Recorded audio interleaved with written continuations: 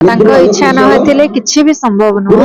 ତାଙ୍କ ଦର୍ଶନ ହଉ, ତାଙ୍କ ସାମ୍ନାରେ ଗୀତ ଗାଇବାର ସୁଯୋଗ ହଉ, ତାଙ୍କରି ସବୁ ଇଚ୍ଛା। ସମସ୍ତଙ୍କୁ ମୋ ତରଫରୁ ନମସ୍କାର, ଜୟ ଜଗନ୍ନାଥ। ଦେବ ଦୀପାବଳିର ପବିତ୍ର ଦିନରେ ଆଜି ବହୁତ ସୁନ୍ଦର ମଞ୍ଚ, ପ୍ରଭୁଙ୍କ ଦର୍ଶନ ବି ବହୁତ ସୁନ୍ଦର ହେଇଛି। ଆଉ ଆଜିର ଦିନରେ ମହାପ୍ରଭୁଙ୍କ ସାମ୍ନାରେ, ସିଂହଦ୍ୱାର ସାମ୍ନାରେ ଗୀତ ଗାଇବାର ସୁଯୋଗ ମିଳିବା ଗୋଟେ ବହୁତ ବଡ କଥା। ଆଉ ପ୍ରେମାନନ୍ଦ ସାରଙ୍କୁ ଥ୍ୟାଙ୍କ ୟୁ ଦେବି ଯେ ଇନଭାଇଟ୍ କରିଛନ୍ତି। ପାଞ୍ଚୁଷୀ ଭାଇନାଙ୍କୁ ବି ବହୁତ ବହୁତ ଧନ୍ୟବାଦ ଦେବି।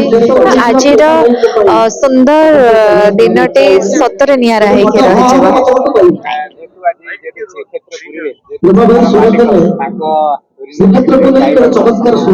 ହଁ, ସେଇଟା ତ ସତ କଥା। ତାଙ୍କ ଇଚ୍ଛା ନ ହେଇଥିଲେ କିଛି ବି ସମ୍ଭବ ନୁହଁ। ତାଙ୍କ ଦର୍ଶନ ହଉ, ତାଙ୍କ ସାମ୍ନାରେ ଗୀତ ଗାଇବାର ସୁଯୋଗ ହଉ, ତାଙ୍କରି ସବୁ ଇଚ୍ଛା।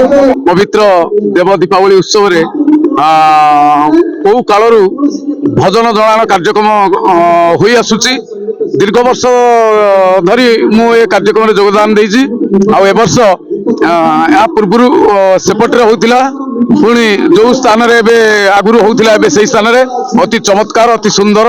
ଆଉ ମହାପ୍ରଭୁଙ୍କର କରୁଣା ଆଉ କୃପା, ଜଗନ୍ନାଥ ପ୍ରତି ବର୍ଷ ଆଜିର ଏଇ ଦିନରେ ସାରା ଲୋକ, ବଡ଼ଦାଣ୍ଡ ସାରା ଲୋକ, ଆଉ ମଞ୍ଚ ସମ୍ମୁଖରେ ଅପର୍ଯ୍ୟାପ୍ତ ଲୋକ, ଅନେକ ଲୋକଙ୍କ ଭିତରେ ଆଜିର କାର୍ଯ୍ୟକ୍ରମ ଚାଲୁଛି ସୁଚାରୁ ରୂପେ। ଅତି ସୁନ୍ଦର ହେଇଛି।